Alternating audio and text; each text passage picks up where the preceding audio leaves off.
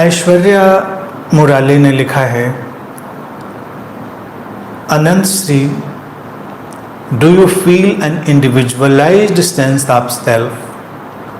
Do you feel your self alive in all of us? What is the experience of enlightenment?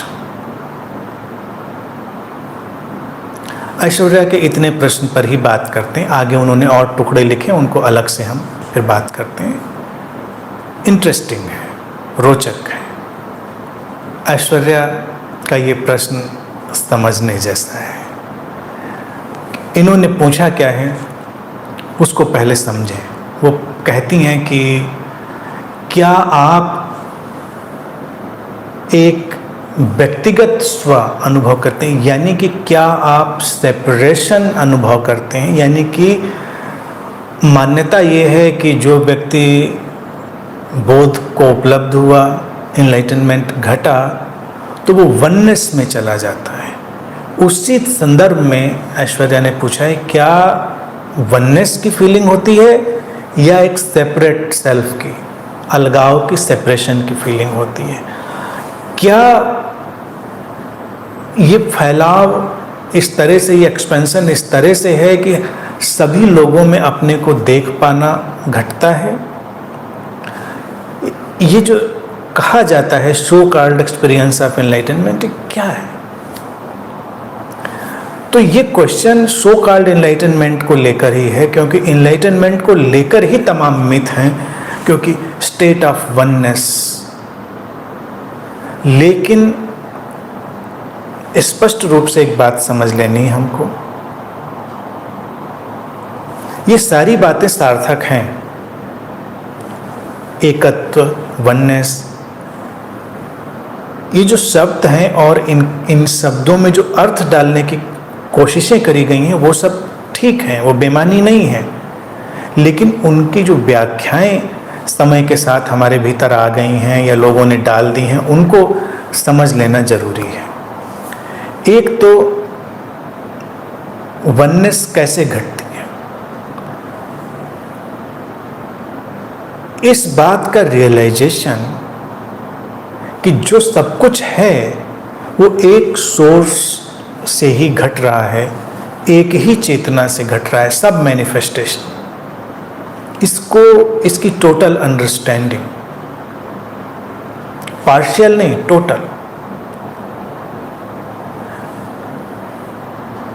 और जब ये understanding आती है तो सीधे सीधे उसमें ये भी चीज़ आती है कि ये जो पूरा जीवन है ये मैनिफेस्टेशन ऑफ ड्युअलिटी है, द्वैत की अभिव्यक्ति है। तो कोई भी मास्टर, कोई भी गुरु दुनिया में हो, वो एक सेपरेटेड सेल्फ को अनुभव करता है, एक अलगाव को अनुभव करता है। जब तक शरीर मन है वो अलगाव, वो सेपरेशन रहेगा। इंडिविजुअल सेल्फ किसी स्टोरी की तरह नहीं होता। जैसे जब इंडिविजुअल सेल्फ हम कहते हैं तो इंडिविजुअल का जो हमारा मतलब है, इंडिविजुअल वो है जिसके पास अपनी कहानियां हैं, अपनी आख्यान हैं, अपनी व्याख्याएं हैं, अपनी सारी कंडीशनिंग है, वो व्यक्ति हम समझते हैं। तो इसीलिए इंडिविजुअल सेल्फ का मतलब होता है कुछ बड़ा लिमिटेड सा सेल्फ। मैंने कई बार इस बात को रखा है सामने कि हम फंक्शनल और फिक्शनल इन दो धरातलों से चलते हैं। फंक्शनल सेपरेशन को लेकर चलता है, फिक्शनल चीज़ें दोनों फिक्शन पैदा कर सकती हैं। एक फिक्शन ये भी कि हम एक हो गए, हम वननेस में चले गए, हम अलग नहीं हैं। और एक फिक्शन ये भी कि हम पूरी तरह से अलग हैं, हम बिल्कुल अलग हैं। तो एनलाइटनमेंट एक पैराडॉक्स है, एक विरोधाभास है।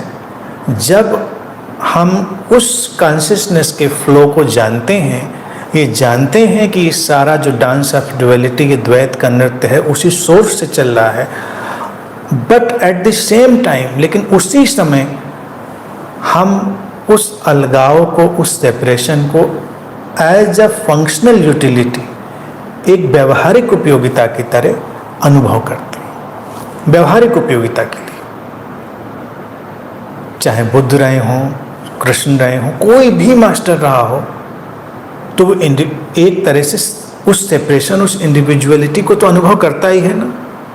तभी वो बात करता है, तभी प्रतिक्रिया करता है, तभी वो हमसे किसी भी तरह के संवाद में जाता। आप बुलाएंगे तो कैसे वो जवाब देगा? वैसे तो जवाब देगा कि किसी व्यक्ति को बुलाए, नहीं तो ऐसे बुला दीजिए और वो कहे कि मैं तो वननेस में हूँ, एकत्व में हूँ, कौन जवाब देगा? आसमान में आवाज गूंज जाएगी, कोई बोला ही नहीं। हमेशा जवाब आएगा, इसलिए क्योंकि वो फंक्शनल यूटिलिटी के चलते हुए सेपरेशन बना रहेगा शरीर मन का। दूसरी चीज जो पूछी है कि क्या सब में वो जीवंतता या वो जीवन अनुभव होता है कि जैसे हम सब में जीवित हैं। ये कहा जाता है ना, कण कण में भगवान है, वो सब में है, सब उसमें है, इस तरह की टर्मिनोलॉजी चलती है ना। और गुरु के बारे में भी हम यही बात करते हैं कि वो सब जगह परिव्याप्त हो जाता है, वो सब जगह फैल जाता है, तो सबके भीतर भी उतर जाता होगा, उसका जीवन ऐसे फैल जाता होगा। ऐसा नहीं है, वो केवल अलाइवनेस से जुड़ा हुआ है। अलाइवनेस मेरी या तुम्हारी नहीं है, अलाइवनेस कभी भी पर्सनल नहीं है, अलाइवनेस इज ऑलवेज इम्पर्सनल। जो जीवंतता है वो हमेशा अवैयक्तिक है। Aliveness is always impersonal. उस पर हम कैसे टैग कर सकते हैं कि ये मेरी अलाइवनेस है, तुम्हारी aliveness? That very aliveness is same everywhere. हर जगह वो एक जैसी ही है, चाहे हम इस शरीर मन की जीवंतता से जुड़े, चाहे किसी और शरीर मन की जीवंतता से जुड़े। लेकिन हर शरीर मन में अलग से जाकर उसको पकड़ने की जरूरत नहीं है। अगर हम उस जीवंतता को, अलाइवनेस को ही पकड़ेंगे तो हम पूरे जगत की उस जीवंतता और अलाइवनेस से ही जुड़ गए हैं। इसलिए ही एक अंतर हर जगह पूरा अंतर डालता है। आज जब हम इस सेशन में बैठे हैं और हमने कहा कि संबंध के जगत को एक्सप्लोर करते हैं, तो संबंध के जगत को एक्सप्लोर करने के लिए भी ये प्रश्न महत्वपूर्ण है, क्योंकि संबंध केवल यही नहीं है दो लोगों का किसी खास रिश्ते में जुड़ना। वास्तविक संबंध तो चेतनागत है, वास्तविक संबंध तो बहुत ही व्यापक है। तो जिसको पूछा है कि इनलाइटनमेंट क्या है, इनलाइटनमेंट इतना ही है कि व्यक्ति के भीतर एक अनब्रोकन सेंस पैदा हो जाता है, अखंडित भाव स्रोत से जुड़े होने का। हमेशा वो कनेक्ट, कभी अलग तो था ही नहीं, लेकिन हमने अपनी कहानी में अलग अपने को मान लिया था। तो उस सेंस में, उस अभिप्राय में वो उस वननेस का हिस्सा है, उस एकत्व का हिस्सा है। लेकिन तुरंत ही उसके साथ ही, चूंकि उसने उस द्वैत को भी जाना है, फंक्शनैलिटी को जाना है, तो वो एक निश्चित किस्म का अलगाव भी, उसको भी वो जान रहा है। चूंकि उसने इस चीज को बहुत अच्छे से टोटली समझ लिया है कि उस स्रोत से ही सब घटनाक्रम चलता है, तो उसके पास एक एब्सोल्यूट नॉन डूअर अंडरस्टैंडिंग, एक परिपूर्ण अकर्ता की समझ है। बोलते हुए, सुनते हुए, कुछ करते हुए उसे कभी भी ये गलतफहमी नहीं है कि वो कुछ कर रहा है, कुछ बोल रहा है, कुछ सुधार रहा है, कुछ ट्रांसफॉर्म कर, कभी नहीं। वो जानता है कि अगर स्रोत से रूपांतरण का कोई धक्का उठेगा तो उसमें तमाम शरीर मन माध्यम बनते चले जाएंगे, और उस प्रक्रिया में अगर उसका शरीर मन भी शामिल होगा तो वो शामिल हो जाएगा, अलग से उसका अपना कोई एजेंडा नहीं होगा। तो जो एनलाइटनमेंट व्यक्ति के भीतर घटता है वो इतनी सहजता में व्यक्ति को ले जाता है कि वो अकल्पनीय हो जाता है। लेकिन ज़्यादातर हम इनलाइटनमेंट को कैसे देखते हैं? व्यक्ति कुछ बहुत विशेष शक्तियों के साथ तैयार हो गया है, वो अब लोगों को बदलेगा, वो अब लोगों को ट्रांसफॉर्म करेगा, वो एक क्रांति लाएगा जीवन में। ज़्यादातर ऐसे लोग यही काम कर ही रहे हैं। लगेगा कि हाँ भाई इनलाइटेंड हो गए, अब क्या है, लोगों के जीवन बदलने में लगे, उनको क्रांति लाने में लगे, ट्रांसफॉर्मेशन लाने में लगे। लेकिन क्या सचमुच में ऐसा होता है? बिल्कुल नहीं। एक जो बॉडी माइंड उस अल्टीमेट अंडरस्टैंडिंग से अलाइंड हो जाता है, संस्वरित हो जाता है उस परम समझ से, वो किसी को बदलने में कोई भी रुचि नहीं रखता, वो किसी को बदलने की कोई आकांक्षा नहीं रखता, वो बस है और उसके होने से बदलाव घटता है। क्योंकि बदलाव कभी भी व्यक्तिगत नहीं होता, बदलाव हमेशा टोटल होता है, समग्र होता है, टोटलिटी का हिस्सा होता है। तो एनलाइटनमेंट एक परम सहजता की घटना है और absolute sense of non doership, परिपूर्ण रूप से कोई गलतफहमी ही नहीं उसको कि मैं कर रहा हूँ, मैं किसी को बदल रहा हूँ, मैं रूपांतरित कर रहा हूँ, कुछ। ये जो पूछा है कि do you feel your self alive in all of us? All of अस क्या? ये सेंस ही नहीं होता कि कोई और है। दो चीजें अगर घट गई कंट्राडिक्टरी तो देखो कितनी मुश्किल है। इसको लॉजिकली रैशनली देखें, एक ये अलग व्यक्ति और एक वो अलग व्यक्ति।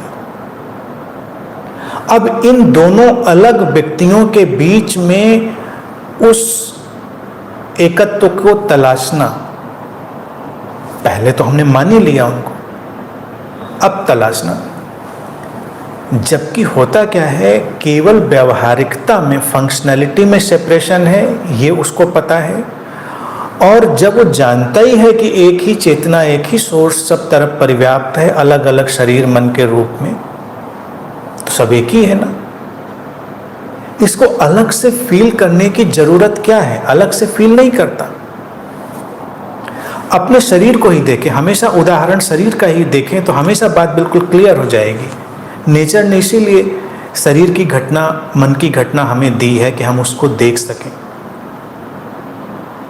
जब हम जीवन और जीवंतता अनुभव करते हैं तो क्या अलग अलग अनुभव करते हैं कि हम इस हाथ में अलग जिंदा है, इस उंगली में अलग जिंदा है, इस अंगूठे में अलग जिंदा है, कान में अलग जिंदा है, नाक में अलग जिंदा है, किडनी में, हार्ट में, हर जगह अलग अलग हम जिंदा हैं। हम अनुभव करते हैं समग्र जीवंतता, total aliveness, total flow of life, कोई सेपरेशन का उसमें भाव ही नहीं। लेकिन फंक्शनल यूटिलिटी में हर ऑर्गन, हर उंगली सेपरेट है। उंगली अलग है, अंगूठा अलग है, कान अलग, नाक अलग, फंक्शनल यूटिलिटी में। लेकिन जब हम उसको जीवन की तरह देखेंगे, जीवंतता की तरह देखेंगे तो कभी एक विचार, एक भाव भी नहीं आएगा कि जीवन के रूप में हम कहीं अलग अलग अनुभव कर रहे हैं। कभी ऐसा हो कि आज हमने अपनी नाक में बहुत ज़्यादा अलाइवनेस फील करी। हाँ, मेडिटेटिव एक्सपीरियंसेस में जो लोग थोड़ा हेलुसिनेशन पैदा करते हैं वे सब कर सकते हैं। आज हमने अपने लीवर में बहुत ज़्यादा अलाइवनेस फील करी, आज हमने यहाँ किया, वहाँ किया, या हमने कहा कि आज हम बैठे थे और आज हर ऑर्गन में हमने अपने आप को अलाइव अनुभव किया, अपने आप को स्किज़ोफ्रेनिक हो जाएगा। ये बहुत ही विखंडित मानसिकता का एक सारा स्टेज बन जाएगा और बहुत परेशान करने वाला बन जाएगा। हम जब भी अलाइवनेस फील करते हैं, टोटल अलाइवनेस फील करते हैं, without any sense of separation, बिना किसी अलगाव के भाव के साथ, ये घटना घटती है एक फंडामेंटल अंडरस्टैंडिंग की तरह। और जैसे ही हम व्यवहारिकता में आते हैं वो सेपरेशन रहता है। तो प्रश्न है, फंडामेंटल और यूटिलिटी बेस्ड, एक इनलाइटनमेंट को जो बॉडी माइंड घटता है जिसके भीतर, उसके भीतर एक फंडामेंटल वननेस होती है उस सोर्स, उस चेतना के कारण, और फंक्शनल यूटिलिटी के कारण हमेशा एक सेपरेशन होता है। समझ रहे हैं? और इनलाइटनमेंट ही अगर कहें तो इनलाइटनमेंट भी कभी इंडिविजुअल नहीं होता। इनलाइटनमेंट भी हमेशा अवैयक्तिक और इम्पर्सनल होता है। व्यक्ति से उसका लेना देना नहीं। हाँ, इस शरीर मन में, किसी शरीर मन में आएगा तो केवल उपयोगिता के लिए, फंक्शनल यूटिलिटी के लिए इतना कहना पड़ेगा, इस शरीर मन के माध्यम से वो रोशनी सामने आ रही है, वो बोध सामने आ रहा है, बस इतना। लेकिन क्या एक शरीर मन कुछ कोशिश करके इनलाइटनमेंट को उपलब्ध हो सकता है? नेवर। वो तो टोटलिटी ही तय करेगी। क्या एक बॉडी माइंड किसी के अंदर कोई फार्मूला डालकर उसको इनलाइटनमेंट की तरफ ले जा सकता है? नेवर। वो तो वो समग्रता ही तय करेगी। वो अलाइनमेंट कहाँ कैसे बनते जाएंगे, वही लीला है। तो इस चीज को समझना भी बहुत आवश्यक है, और यही हमारे जीवन के संबंध और अंतर संबंधों को समझने के लिए भी एक पृष्ठभूमि, एक आधार का काम निश्चित ही करेगी।